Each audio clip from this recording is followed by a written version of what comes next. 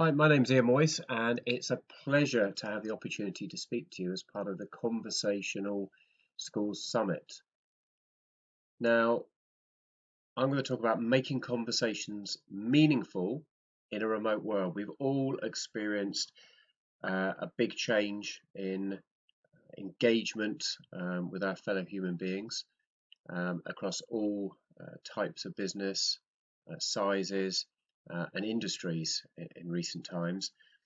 So there's a number of things I'd like to go through with you today to give you some insight from the experience that I've had over many years. I get the pleasure to engage with many businesses, small and large, in my day job, and also at events and speaking, and some of the exec panels I've been on to learn a great deal about um, how people engage and some of the challenges that you or your teams may face. So what I'd like to talk about is three key areas. When is a conversation not a conversation? And I'll come on to that in a second. And what does changing the channel mean? And I think there's a real clear indication that leads off of that first point. I'm going to touch on the digital first impression that is more pertinent today than it's ever been before, and why. And then something that I monikered as part of my social selling experience, but something we can all take benefit from in uh, the digital engagement we take part in today, and using it to make more meaningful conversations happen. And that's being Sherlock. And it leads to creating more engaged conversations. So I will come on to and explain what that means. But firstly, let's think about the world we live in. Social distancing has become the new common phrase that we all understand, that previously we'd have wondered what was even meant by that. We've been asked to stay away from people, and yet that contravenes the human psyche of engagement, of talking to people, meeting, and that's how things get done. I wrote a blog at the beginning of this when this happened called Why Social Distancing Shouldn't Mean Customer Distancing. This social distancing, in many instances, has stopped conversations from happening. Now, have we left the conversation? And I think as we approach 2021, we need to get back to that. And the reason I believe that is what I've witnessed happening over a number of years in people confusing a communication as a conversation. So I'll challenge you all to think about this. The way I've identified this is think about when someone says to you, I spoke to, I had a chat with them yesterday. What does that really mean? I've often said to people, when was the last time we touched in with so and so? Oh, I had a chat with them a couple of days ago, or I spoke to them yesterday. I challenge that individual at that point. I check in. When you say that, you mean you spoke to them, you had a phone call, and the number of times people then respond with the words that, no, we had an email exchange, or I sent them a WhatsApp message and they messaged me back. That isn't a conversation, that isn't a chat, so to speak, in the terms of how we understand it. That is a communication. And whilst it seems slight, there is a vast difference in impact, effect, and the outcome that can cause. So think about the situation where you engage with someone and you sent them a message, typed, and you get a response back. There is opportunity for them to have misunderstood what you meant, and for their response to be answering something different, and for you not to identify that disconnect in the response. Unless it's sometimes it'll be obvious. You'll see the response and think that doesn't make sense. Oh, I see what they mean now. I've reread my message. But it is so easy on electronic communication to miscommunicate. It is so easy to miss tonality of voice, etc. And the problem with that is because you're communicating electronically, you're missing out on all of these levels of communication. You've got, if we do a video call or you meet in person, which if you ask someone, the best engagement you'll ever have is face to face with an individual, because you get all of the movement, you get the physicality, you get the sound, you feel the energy, you feel what's going on. If it's verbal over the phone, there is a step down, and if it's electronic, there's a big step down, because you don't get those clues that us as humans are pre-programmed to pick up on. If I'm talking to you now and my voice tonality change, and I really want to emphasize this, you might think, why did he get angry there? Unless I put everything in capitals or big bold in email, which most people don't, they just type, you're not necessarily going to get, are they really annoyed? Are they frustrated with us? What is their energy about us right now? So there's a big amount of information lost the minute you go to an electronic word medium. The other challenges in what I've often seen happen is there's a build-up of pent-up energy that goes on that can cause anger. Can you tell if someone's angry if they've emailed you, and can you deal with that? How do you know that's happening? So it's really easy to miscommunicate, misunderstand, and this probably illustrates this. It's an old cartoon many of you would have seen, but where the customer explained they want these 3 steps. Someone misunderstood that, another communication went on, etc. So, they need this, Jim. Jim does something different, passes the message on to Sue, and what the customer actually gets delivered or gets as an answer is totally not what they wanted, because lots of communication went on, but no conversation. That's often why I profess that one of the key things you need to think about is the ability to change the channel.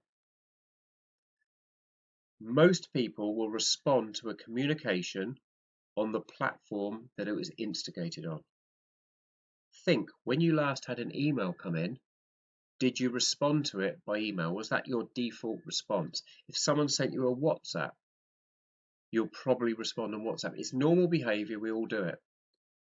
But we respond on the same communication channel as their default mechanism. Have you ever thought of changing the channel? Do you consciously stop yourself every time you get a communication and think, should this turn into a conversation? Communication's great for sharing facts, for sharing confirmations with your delivery will come at this certain time. Further to our conversation, I wanted to outline my understanding of all the things we discussed. Please confirm I've understood correctly. It's great for validation and for providing confirmation of detail, lots of information where it's just factual. But you don't get feedback. You don't get that discussion. I could be talking to you in a conversation, explaining something, and you can stop me. Stop there. You've lost me. I don't understand. Or, sorry, what did you mean by that? Oh no, you've misunderstood. You've misunderstood. I can tell now by what you're saying. You've misunderstood what I said. No, I didn't mean that. The other important area of change the channel is if someone is in a distressed, angry, confused position, because responding electronically does not diffuse that. So think about this. Would it be better in a world where we have to deal with omnichannel, we have to deal with people who may email you, text, fill in a web form, etc., to be cognizant to change the channel? So someone emails you, there's nothing wrong with emailing back to say, great, thank you for that email. It looks like you really need some help. When can we give you a call to clarify or to help you through this issue? I'm having a real problem here. I'm really not happy. You send me some written instructions. How do you know I'm going to understand those? and what the customer experience is going to be. And particularly when people first engage with you. Because we've always heard you never get a chance to make a second chance to make a first impression. So change the channel where appropriate. Speak to people, whether it's video call today or phone. Obviously, in person will come back. But be cognizant on every instance of, is this better to be a conversational community? Stop yourself, catch yourself about to be a keyboard warrior and think, should I just pick up the phone? Is it going to save 10 emails between 5 people to get us all on a conference call? Is it going to be better customer experience to speak to this customer, to show empathy, to diffuse perhaps an angry customer who's getting frustrated, which is very difficult to do with words and I'm sorry in an email. It doesn't come across and people get angry. If you've got an angry customer, you probably, default position, want to avoid confrontation. People don't like complaining about things in restaurants. We all try to avoid confrontation. We don't want to face that. Pick up the phone, speak to that individual, and your empathy as a human. It's rarer that people will shout at you in person than be a keyboard warrior. Walking down the street, you bump into someone, you'll both say sorry, or you'll just positions to get past each other, and it'll be humorous. If that's in cars where it's been made to be impersonal, people get angry, they beat their horn, because you don't see that as a human being. It's the same with communication versus conversation. It's not a human being you're getting angry at or shouting at. You can shout on email. It's easy. Get that person engaged. They'll diffuse the issue, you'll get the solution quicker, and you'll make that better first impression, which leads nicely to the digital first impression. Now, when I say this, often people think this is an arrogant statement or that's only for celebrities. You are your own brand, whether you like it or not. This is, what do people perceive you as based on any information they have at hand or accessible to them. And in today's world, that is invariably digital, because we all have a digital footprint. If you have a social media account, the likelihood is you've left it public, because they all default to that. Anyone can come and see that. If you post information online, blogs, family photos, whatever you share on the internet, unless you've limited who can see it, that becomes your brand. You have to assume others will potentially find and look at that. Now, that may be a potential employer. In today's COVID world, unfortunately, a lot of people are looking for new positions or are furloughed and may be in that position in the near future. It's more competitive. Recruiters, hiring managers will do a quick search. And what has changed right now is that we are all sat in front of our keyboards more often than we've ever been before, because we're doing video calls. Before you jump on, whether it be a new customer prospect, a new supplier, an interview, whether you're the hiring manager or the candidate, there is a good propensity that in today's world, because you're going to do that over likelihood of a Zoom, a Google Hangout, a Microsoft Teams meeting, that you are going to check each other out. It's so easy to do so. I could be on a call with one of you now and we're talking, and I could be on the keyboard, glance down, be pulling up your profile. There could be 10 people on the call. I think, who are they? And I could easily check them out, and you wouldn't even know it was happening. We've moved away from the in-person meeting, where if in a meeting I was doing that, it would look odd or someone might look over my shoulder. I'm in a private environment where I can check you out.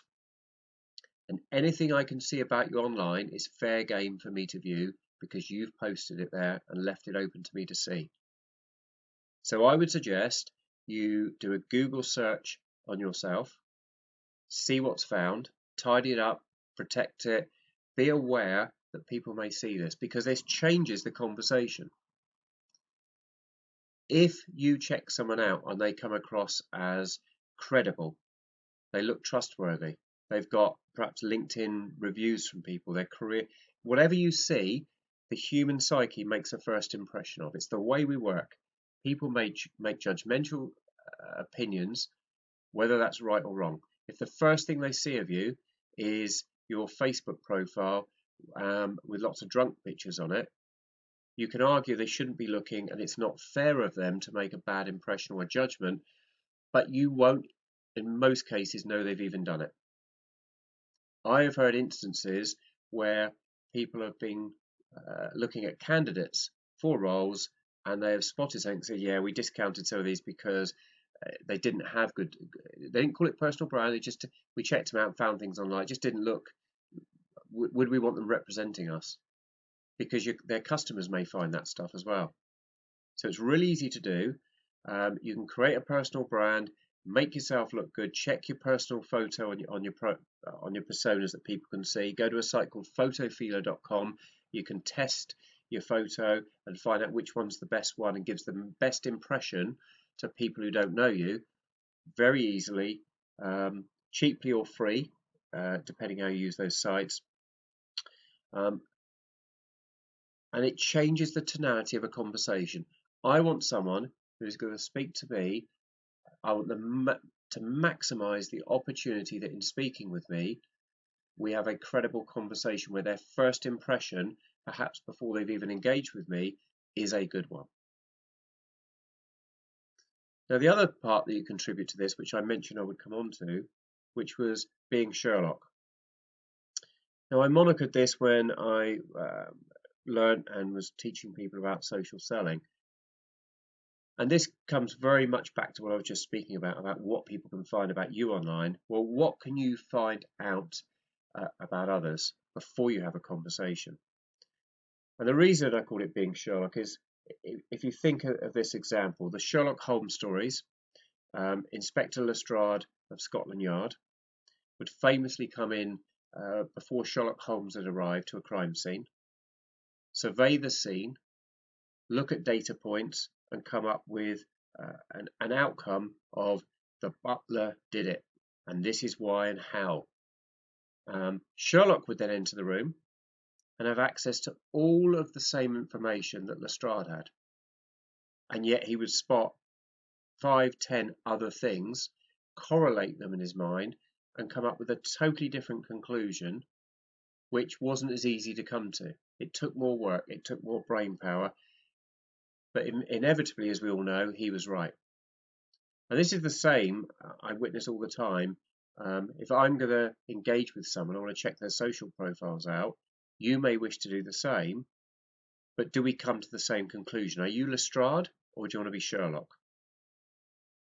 So the key here is not just to glance at someone's profile and in 10 seconds and do the lazy approach. Yeah, great, okay. Don't see any connection there.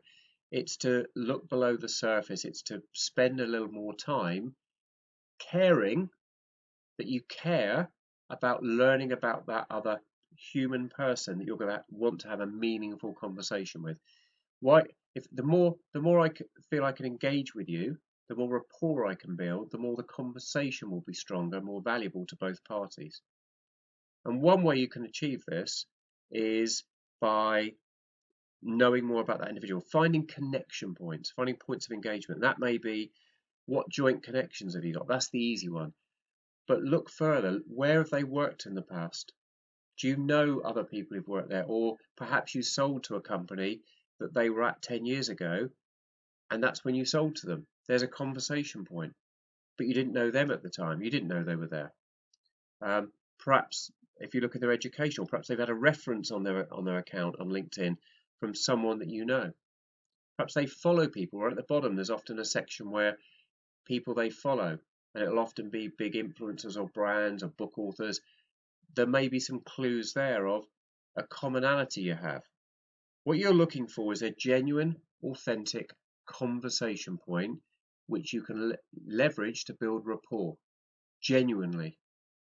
So it's not picking something and being inauthentic and making up that you like that book author too. You've got to be authentic. And sometimes it's really easy. Sometimes you'll spot something where you have a joint connection. I always then, therefore, if there's a joint connection and I have a strong rapport or relationship with that connection, I will reach out to them prior to any conversation and ask, Bob, I've got this call coming up with Sue Callahan next Tuesday. I know you're connected to her. Do you know her well? How well do you know her? And if there's 5 people out of 20 shared connections, for example, I'll reach to all 5 of them and ask that question, because you may get 3 or 4 come back, or even all 5, that position don't really know them that well, bump into a conference, there's no substance. But by asking every single time meticulously, often I get back, yeah, know them really well.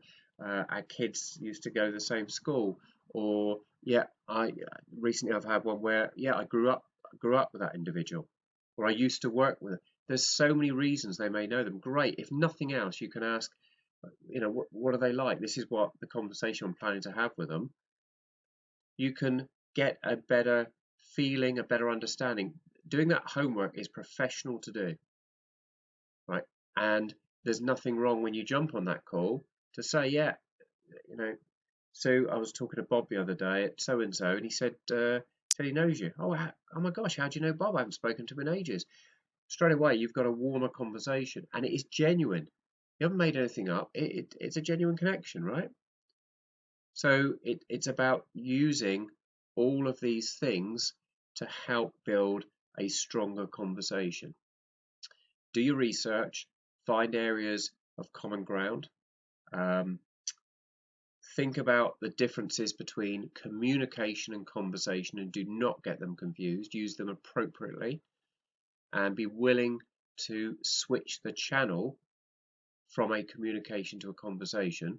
And often you will go back again after a conversation. As I mentioned, you will confirm, this is what we discussed, can you please confirm, etc. And you may get a communication back. That communication and the communication back, it works, right? It's the right format. But if they then come back and say, no, I think you've really misunderstood me on that point, I'm a bit upset about that, or something of that ilk, back to a conversation. It's what's the most appropriate channel for the discussion that's going on. The information transfer. Is it verbal? Is it video's great? Use your video camera because you can see each other and build mannerisms and also build more rapport and relationship. But don't confuse communication with conversation. Don't be scared to switch the channel. Create a habit in yourself that you think about that every time you get something. Should I switch or not? And it will become more easy to just adapt to that. And think about being Sherlock. Think about spotting those things that other people don't. It's flattering if someone's done that, right? They've taken care and attention that the conversation they were going to have with you felt important enough to do that. So hopefully that will give you some food for thought. All of those things are easy to do. They're not complex. They don't take a great deal of effort. We can all do them within seconds if we choose to. And that is the thing. Do you choose to change for the better in 2021 and create better conversations in a time when we need those conversations more than ever, with us all being distant, remote, and living in a socially distanced, which shouldn't be customer distance world. So start the conversation. And if you wish to reach out to me, connect with me and follow me, these are the platforms you can find me on. Please do visit these links. Please do follow / connect. I do share other content such as this, which hopefully you found valuable, informative, easy to digest, and something you can take action from. I thank you for your attention and time, and I wish you well with better conversations as we enter 2021 and throughout that year. Thank you.